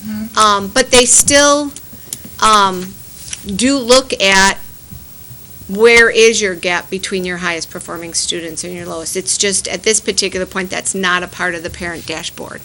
But the comparison schools may or may not have center programs. No, So- we Right. don't, You look at that but we don't know. data. Right, again, we don't know what The peer they, schools may or may not have programs similar to what and the Buchanan peer had last school year. is K to 12. we don't know that. I don't know the I don't know the It could be a peers. K4, a K5, a K6, a K8. The state, The state The state is the but peer overall group, average. We don't know what they are. the peer, we don't know. Good Lord. So, Mrs. Frank? So I just got a notice from Mrs. Wozniak that the Michigan Department of Education is hosting a meeting at Wayne Risa in a couple of weeks. Yes. And there's a reception for school boards. Is this something that we could provide feedback to them during that time? Do you know if this is going to be discussed? I think she did send us That's the, February 13th, right? yes. I The did not agenda. see, I don't recall seeing the dashboard on the agenda. There is Okay. an opportunity for public comment. Okay. It may be something that if the board wanted to choose to talk to board members prior to the meeting or after the meeting, or there will be members of the MDE staff there Okay. who may be the better target Okay. for that message. Okay. Yeah. Target meaning I know. folks, what the mean. folks that are Point person. the folks that are able to take that into Interesting account choice and be of able to word. take a look at Right. making the adjustments. And so I do believe that they're going to have a number of staff there who are part of the administration working on things like the dashboard. Okay. Perfect, thank you. You're welcome. Any other questions or comments? Thank you thank you. for providing Thank you. this. Mrs. O'Brien, as changes come up in this, would you please keep us apprised? I will. Thank you. And now we would like to invite Mrs. Scott to come and talk about the Young Fives program. Good evening. Good evening. So, I'm last, right? Last minute. All right. We saved the best for last. Is that it? So, Carol Kerrigan, Building Administrator, Jackson, Libby Rogalski, Special Education Coordinator, and I met with Young Fives teachers to discuss their needs and how to best support the learners and the staff. It was unanimously decided that these supports would be more efficient if the program is moved to the Jackson Early Childhood Center from Hayes Elementary for the 2018-19 school year. During the Jackson renovation planning, there were 2 rooms that were identified that we would be able to have additional, so that both classrooms in the Young Fives would be able to fit in to the Jackson Early Childhood Center. The Young Fives teachers were pleased to be returning to Jackson under the direction of Carol Kerrigan, but we do absolutely want to thank the Hayes Elementary staff for being so welcoming and supportive to the Young Fives program this year. So, any questions? Mrs. Burton? We discussed in our study session, but can you review for the public who may not have been in attendance because that meeting was not a televised one, the reason that we are moving this program but not some other preschool programs that could be, that may have expressed a desire to move? The Young Fives program only requires 2 classrooms, and so there are 2 classrooms that are available. The other one at ECP or at the ASD at Roosevelt would require 6 classrooms, as I'm being communicated with back there. So, because right now they're using 6 classrooms at Roosevelt. So there are not 6 classrooms available for that program. But we also have enough space for the afternoon for childhood, also for the Young Fives. So we were very aware that that needed to be handled too. Okay, thank you. You're welcome. So for me, the big concern was that our teachers would move, again, and it's been several years in a row. Right. But that has been addressed with them, as well as maybe some accommodations to assist with that, correct? Right. Yeah. Yes, we talked about that. We understand that this is, another move. It's difficult for them, of course, because they are moving one more time, but we told them that we would offer some supports and consideration with that. Along with that, Jackson is being renovated this summer, so everyone there is packing up and moving classrooms and doing that sort of thing. So they won't be the only ones, walking in, with that. But absolutely, yes, we had some discussion about that. And you can't see the future, but we can say with some reasonable certainty that they should be there for the foreseeable future. Foreseeable future. Great. And with it more centrally located, hopefully that will help our families too. Great, perfect. Mrs. Frank? And you might have said this and I might have missed That's it. okay. The building was reconfigured. There was not previously any extra rooms available, but you guys have reconfigured the room to, and there are now rooms available that they Right. were not previously. They have not been empty rooms for a couple of years. No, usually what happens within schools, when we know that, you just kind of you just start using every room, you guys kind of spread out. And so as they were looking at the classrooms and how they're used, how can they use them more efficiently and be more effective, moving certain, programs, putting programs together, and those kinds of things that are already within the school. And so there happen to be 2 classrooms that we would be able to use, so. Mrs. Burton? Following up on Mr. Center's question, just for clarification for the public, Mhm. this would be another move for the teachers. However, the teachers were some of the group that were unanimously in support of making this move. Am I correct? Absolutely. Okay. Absolutely. They were very excited to be able to move back, and then under the direction of Carol Kerrigan, to be able to have that support with professional development, being their evaluator, this sort of thing. They were very pleased with that. Thank you. Mrs. Scott, would you please talk about how moving Jackson Center moving the Young Fives back to Jackson Center looks in terms of administration and other shared resources? As far as in Jackson, or? Well, in terms of how that looked at Hayes versus how it would look at Jackson Center. Well, right now, like at Hayes, there was not staff that were only specifically there to address young fives. So it was sometimes shared resources within the K-6. So as much as they tried to be able to support the young fives, they would, also have to ask for additional supports, from outside of the school. So within Jackson, with what they have, with their supports, they would be able to address the needs of the students as well as the staff. That sounds like a good change. Yeah. Other questions, comments? Mrs. Bonnefield? Last week, we talked a little bit about, we're moving two classrooms over, and we talked about, what if the program grows. Can you talk a little bit about why we feel that 2 classrooms is going to be sufficient? We have, right now, we're not full. We still, I can't remember exactly how many, but we have a couple of openings left.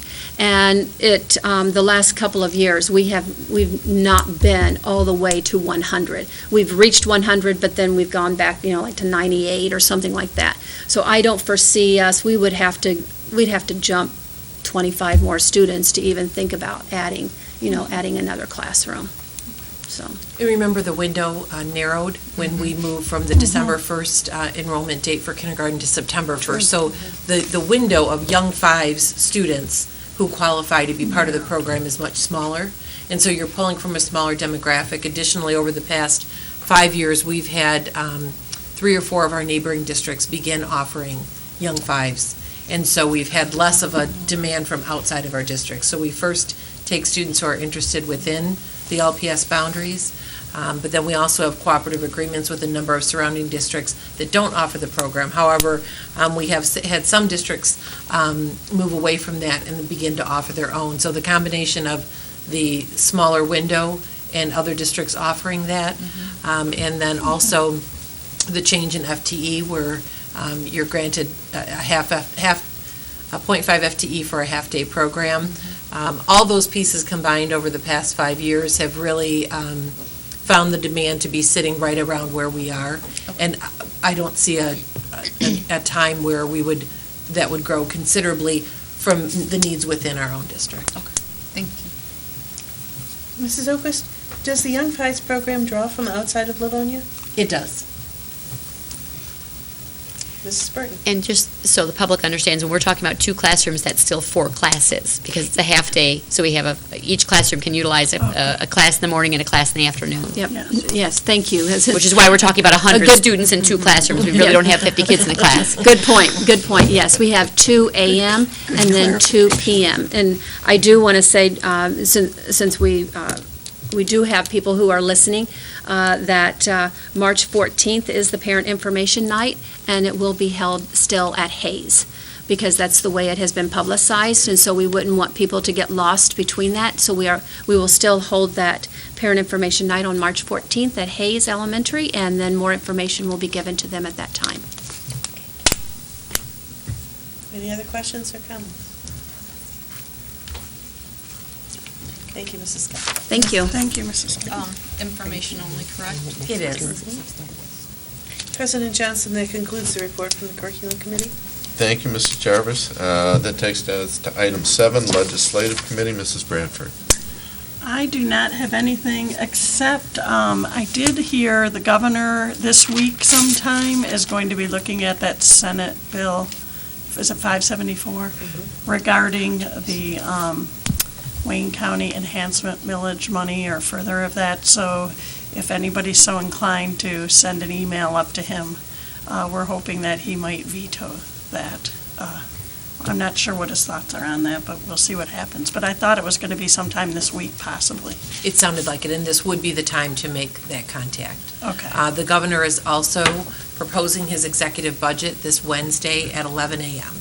And so we will provide the board in your update on Thursday with a summary of that, but that is available online. I believe it's an audio cast of the budget recommendations. So again, the executive budget initially proposed by the governor, and then the House and the Senate will each propose theirs, but it starts with the governor's budget, and that is coming this Wednesday at 11 a.m. Thank you. So I don't have anything else further. President Johnson? Thank you, Mrs. Bradford. That takes us to item 8, Personnel Committee. Mrs. Frank. I don't think we don't have anything. We do not. Okay, that brings us to the end of the agenda. I do have one item that I mentioned to Mrs. Burton. I received some information from Wayne Risa. They are going to be having some CBA classes, and one of the classes is a president's workshop that they're going to do in two segments this time, 2 3-hour segments, one on March 8th, one on March 22nd. And although I've gone through the president's workshop, I thought it would probably be a good idea for me to go through this again as a refresher. I think this is at a discount. Yes, it cost. is. It's the half price. It's a half price. So obviously, as we have to, for board policy, we have to bring that for a vote at the next meeting. So if we can put that on, I'd appreciate it. Should we let Mrs. Wozniak know that? I would think Okay. so, yes. Yes. President Johnson, Yes, Mrs. Jarvis. there are other classes being offered as well. Yes, there are two others. One is a 1.0. 107. Yeah, 107. We've already It's got a that. 100 level, and the other is 310, I believe. Anatomy of a school budget. And, And Mrs. Bradford and I are signed up for that. Mrs. Are Wozniak. interested in signing up for that. Mrs. Wozniak is signing us up for that one. okay. And so she will put that on the agenda. And that has to go through board vote as well. She was We will going to add add that those to the agenda. Okay. Oh, you Yeah. did speak to? Mrs. Okus, could you add my name to be interested in taking that class also? The Anatomy of a school anatomy of a budget? budget? Mhm. Yes. Yeah, I that- would like to take What's that, but it overlaps with what's the date Oh, on yeah. one of them is the 8th of March, one is the 22nd. It's Anatomy. 22nd, I believe. No, I No, think ours the is the anatomy eighth. is the 8th. Is it? Yeah. And, Yeah. yeah, the 8th, in the evening. 6 to 9 PM, and it includes dinner, and it's 50% off. I mean, Yes, it does Wayne include Risa dinner. covers 50% of the, Right. of Yeah, the that's cost a of the, great deal. of the That class. Right. Okay, will you add me as well then? Yes. If we're all going, we can Anybody carpool else? We might as well, what day of the week is that? Thursday. Thursday, Thursday, thank yeah. you. Oh, it's a Thursday or when? It's a Thursday. Didn't I say? The 8th? They're Okay, Thursdays, yes. got it. Come on, And I'm Dan, just- you gotta be in too. Come on, Dan, come on. I gotta look at the schedule. And I would just like to thank Wayne Risa for Yes. obviously making a concerted effort to get these school boards in our county educated, because to my knowledge, this is the first time I've seen Wayne County Risa cover half of the cost. It's not like we're being charged half price, but Wayne County Risa is covering half the cost for school board members great. throughout the county who would like to take advantage of these courses, which I think is That's a great wonderful. time. It is wonderful. Okay. Right. The only other thing is, again, I want to reiterate that next week's meeting, for those who are watching, begins at 6:30 as opposed to 7. And with that, we have nothing else, so good night. Good night.